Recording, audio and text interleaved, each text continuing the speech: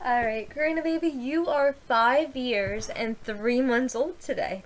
And today Mama got to take Finley, who is 4, and Riley, who is 8, to we went to a clothing place, right? But I got you because you're 5 months and 3 months old today, 5 years and 3 months. I got you some toys, and I got you some clothes, and I got you actually a blanket and all kinds of things. I got you all kinds of things today. Just because I love you. I love you so incredibly much. And if I was with you today, we'd be lighting a candle because you were born on the 10th, and today is the 10th. So you're 5 months and 3 days, and you're 5 years, 3 months, and 0 days old today. So it's another month that you're alive, and that you're healthy, and that you're here, and that you are just amazing, right? So we went down to a church today that was giving away a lot of things, and Mama got you a lot of things just because I miss you and I love you.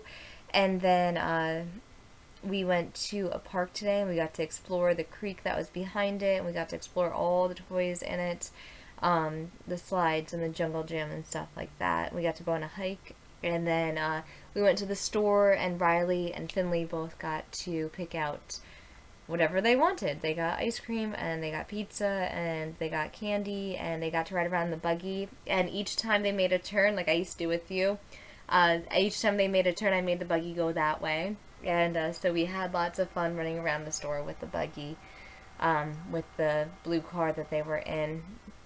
And I just want to tell you a little bit about my day today, and every single second of it is spent thinking about how I should be doing this stuff with you. Because that's what I wanted to do. That's what mamas do, right? They spend every second of every day with their babies, figuring out what they want to do that day, and where they want to go, and what they want to see, and what they want to play with, and what they want to eat, and what they want to explore, and what they want to learn about. Like, that's what you do. That's what this life is all about. Life is so short, and time goes by so quickly, and some things you just need to wait for. Just need to wait. So today's the 10th.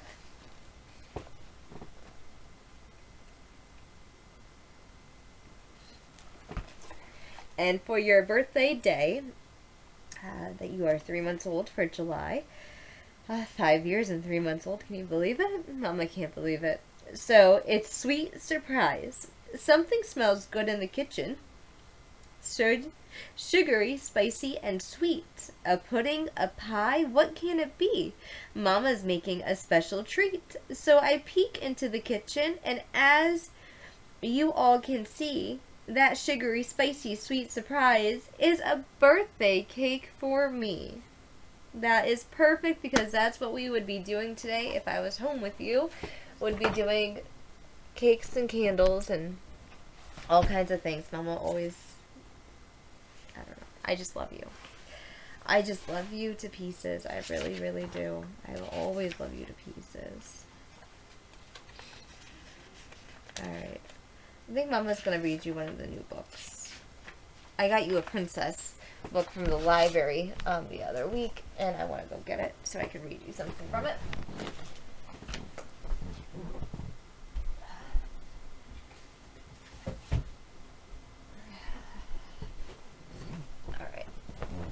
So, this is a book of princesses, right?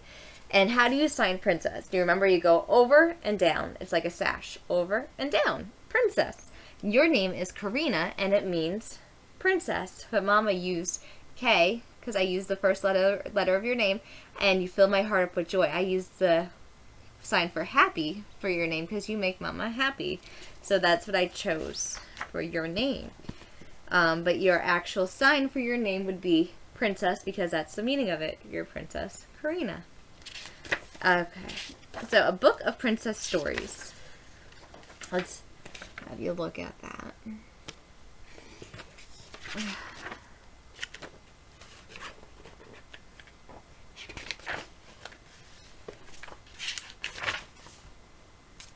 Illustration. Come to meet your own mama when she comes to see you.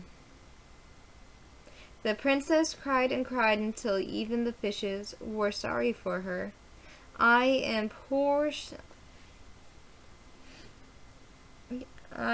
a poor shepherdess, she said humbly. Oh no. Okay, this is the preface. Book of Princess Stories. 1. The Princess Who Could Not Cry. There was once a little princess who could not cry. That wouldn't have mattered so very much, but the trouble was that she laughed at everything, often on the most unsuitable occasions, and this was an extremely vexing and awkward habit. So it was not okay for her to be laughing during some situations, and she started laughing. It was vexing and an awkward habit. A lot of people have this. They have inappropriate laughter when they get nervous or scared. I know I do that sometimes too. Awkward habit, especially for a princess. Her parents were very troubled about it. They called in a wise old fairy in order to get her advice. She went into the matter thoroughly and finally told them that if that princess could only once be made to cry, the spell would be broken forever, and she would therefore after be just like other people. This wasn't particularly helpful, but it gave them some hope, and that immediately set about the task of making the princess weep. Of course, it was a rather difficult matter because naturally they didn't want her to be really miserable, and they hardly knew how to begin. Finally, they offered a reward of 500 crowns to anybody who should succeed in making their daughter cry without doing any harm. And here is the princess happily skipping along. See her? She is so happy, doing her own thing.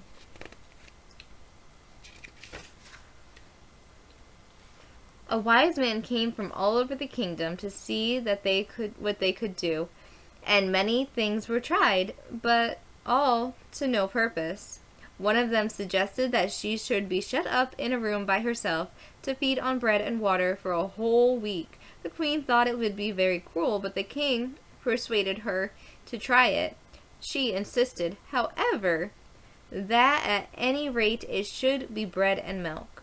But every time they came to bring the princess a basin of bread and milk, they found her laughing. And at the end of the week, she was still as cheerful as ever. "Look," she said, "my feet have grown so thin, and I can't keep my slippers on." And she knocked her foot into the air and sent her slipper flying across the room, and laughed to see the scandalous face of the butler. But her mother burst into tears. "My poor starved lamb," she cried. "They shall not treat you so any longer." And she rushed into the kitchen and ordered soup and chicken and pink jelly to be sent up to the princess for her next meal. Another wise man came and said that for 6 months he had been practicing pulling the most awful faces, and making the most terrible noises imaginable, in order to be able to cure the princess. Children he had were so frightened by him that they had to be carried shrieking and howling from the room, and even grown-up people were so terrified that they wept aloud. He requested that he might be left alone with the princess, but the queen waited outside the door and listened. She trembled with anxiety as she stood there, for the noises the wise man made were so blood-curdling that she could hardly bear to hear them herself, and it seemed dreadful that her child should be left alone to endure such a trial.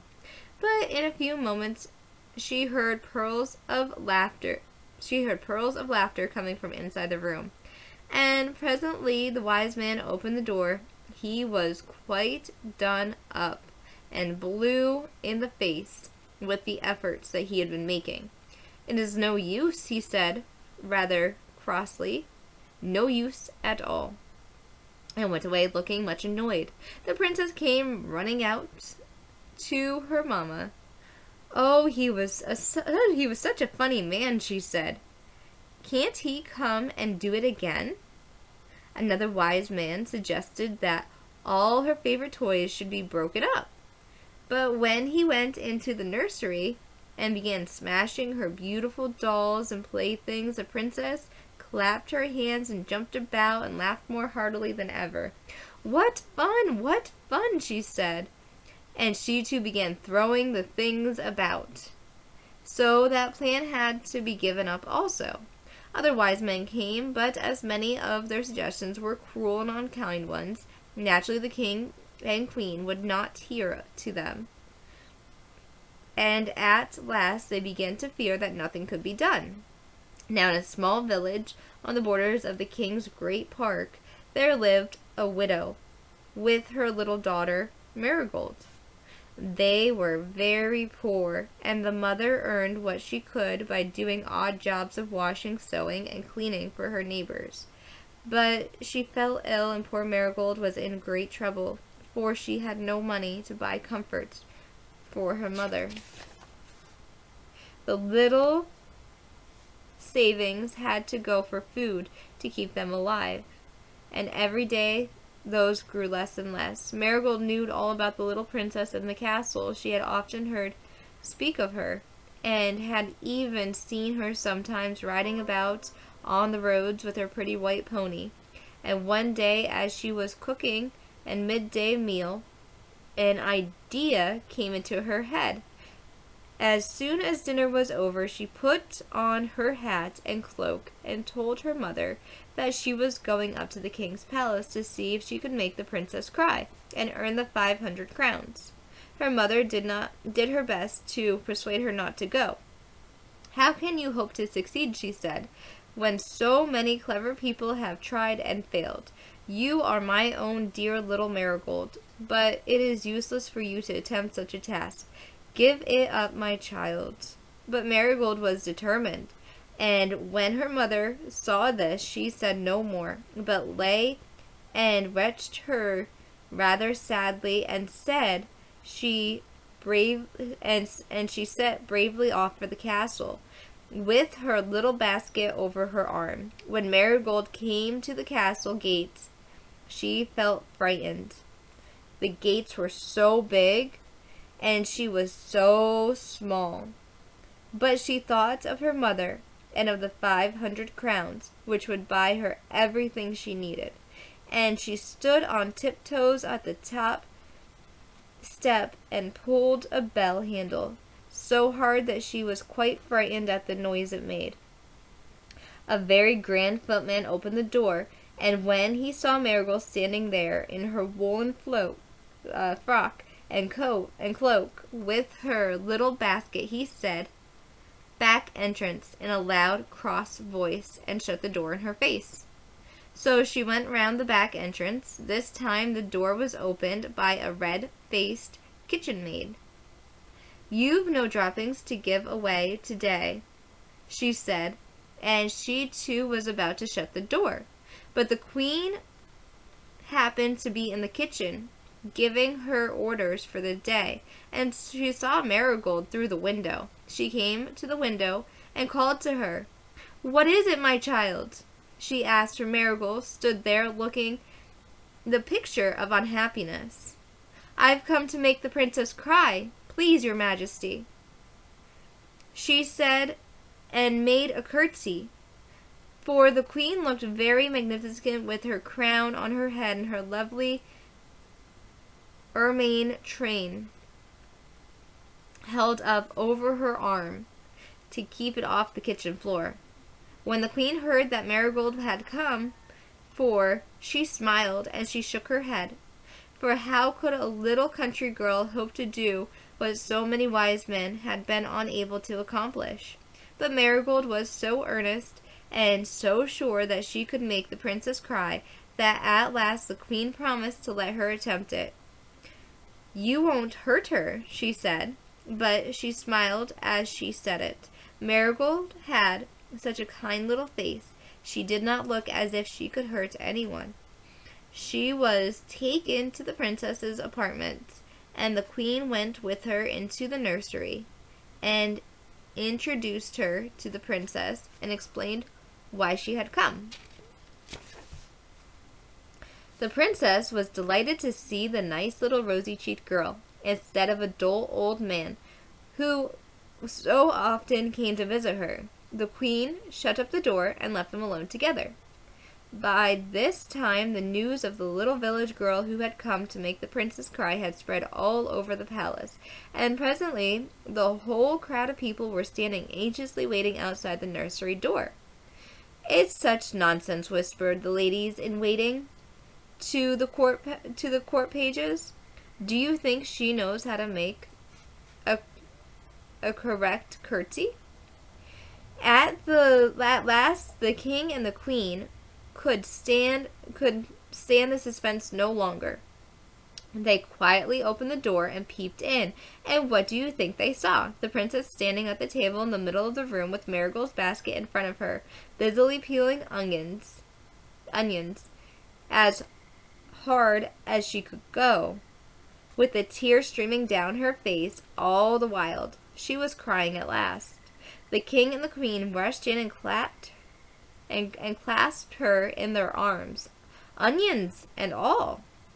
The ladies in waiting stood with their perfumed handkerchiefs pressed to their nose. The pages tittered, and the cook, who was standing at the bottom of the stairs, muttered to himself when he heard the news, "Well, I could have done that." Well, the prime minister brushed about the room with his wig on one side and shook everybody violently by the hands, exclaiming, "Wonderful, wonderful, and so simple. We must go out a proclamation at once. Where are my spectacles? Where is my pen?" And so the princess was cured, and from that time she became like everybody else, and cried when she was unhappy and laughed when she was glad, though I am pleased to say that she always laughed a great deal more than she cried. As for Marigold and her 500 crowns, of course, and was able to give her mother everything she needed, so that she was soon quite well. The king and queen were most grateful and often invited her up to the palace to play with their little daughter, and loaded her with presents. Because she was sweet and modest, she didn't get spoiled, but grew up charming, kind, and beautiful. I did hear that in the end she married a king's son, and that they had an onion for their crest, but I'm not at all sure about that. There we go. That was The Princess Who Could Not Cry. Alright, baby. How about, let's sing a song. It's raining outside today, and you are getting so big. You're 5 years and 3 months old today. Mama never wanted to leave your side. Not until you got much bigger. Mama's had a really hard life, and I don't want you to have the same type of life I did. So Mama never wanted to leave your side, and I'm so sorry. I'm not by your side right now.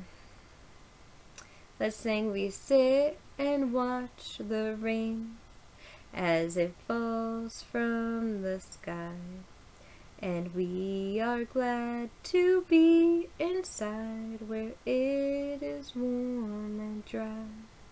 Oh yes, I do love the rain. It keeps the earth so clean and helps the pretty flowers grow from the mountains to the streams." Baby, I love you.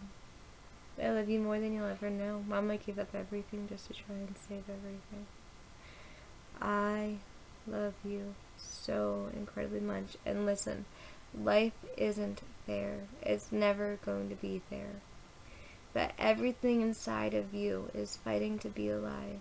You fight to stay alive too. Every single microorganism that you have inside your body depends on you to eat good food, to drink good water, to sleep well, to rest well, to be well. Okay? Don't give up on anything in your life. If you have a dream, a prospect, do it. Just do it. Nothing's gonna hurt you as much as not doing something, okay? Don't drink, don't smoke, don't do drugs. Nothing like that. Don't self-harm yourself. Love yourself. Drink good water. Eat good foods, okay? How about, let's do Swing Low, Sweet Chariot. Swing low, sweet chariot, coming forth to carry me home. Swing low, sweet chariot, coming forth to carry me home. Well, I looked over Jordan, and what did I see? Coming forth to carry me home, a band of angels coming after me, coming forth and carry me home. Swing low, sweet chariot, coming forth to carry me home. Swing low, sweet chariot, coming forth to carry me home. Well, sometimes I'm up and sometimes I'm down, coming forth to carry me home.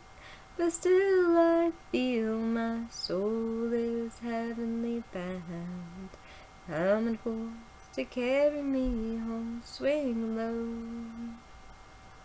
sweet chariot, coming forth to carry me home. Swing low, sweet chariot, coming forth and carry me home. Now if you get there before I do, coming forth to carry me home.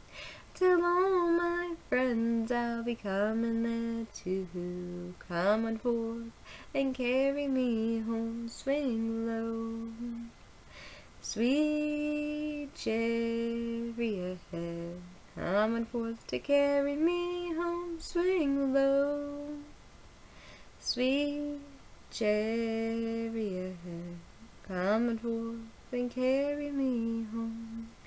I'll be coming home, coming home, coming home to you, coming forth to carry me home. You know my word is good, you know my word is true, coming forth and carry me home. Swing low, sweet chariot, coming forth to carry me home. Swing low, sweet chariot, coming forth and carry me home. How about there you stand in your dungarees, looking all grown up and so very pleased. When you write your poems, you have so much to say. When you speak your dreams, it takes my breath away. You know I want to be a ball player, a regular slugging fool. But I guess our dreams must wait a while, at least until we finish school. And so you and I will watch our years go by. We'll watch our sweet dreams fly far away. But maybe someday, I don't know when, but we will dream again. And we'll be happy then, till our time just drifts away. There you stand in your wedding dress. You're so beautiful that I must confess, I'm so proud you have chosen me. When a doctor is what you want to be, you know I want to be a painter girl, a real artistic snob. But I guess our dreams must wait a while. You'll make a home, I'll get a job. And so you and I will watch our years go by. We'll watch our sweet dreams fly far away. But maybe someday, I don't know when, but we will dream again. And we'll be happy then, till our time just drifts away. There you stand in your tailored suit, so many years so by, but you're still so cute. We'll take the car to go and meet the bus when our grandchildren start to visit us. You say you should have been a ballerina, babe. There are songs I should have sung, but I guess the years are come and gone. You gotta dream when you are young. And so you and I, we watched our years go by. We watched our sweet dreams fly far away. But maybe someday, I don't know when, but we will dream again. And we'll be happy then, till our time just drifts away. How about, Mama missed a note in there in the middle of it where it says, where do broken dreams go? That's okay, it was in the middle by the tailored suit part. How about we sing Lila Tove, baby? Just know I love you. I love you and I miss you and I can't wait to hold you. I can't wait to see you. Alright, baby, how about Lila Tove and good night to you. Lila Tove, may your dreams come true. We sing Lila Tove, may Israel protect you throughout the night until we reach the morning light.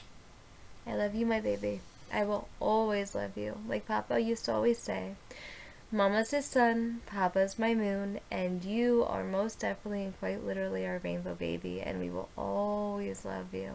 We will always love you, honey, no matter what, because it's unconditional love. It's no matter what. Mama loves you. I love you, my baby. How about Lila Tove and good night to you. Lila Tove, may your dreams come true. We sing Lila Tove, may Israel protect you throughout the night until we reach the morning light. I love you.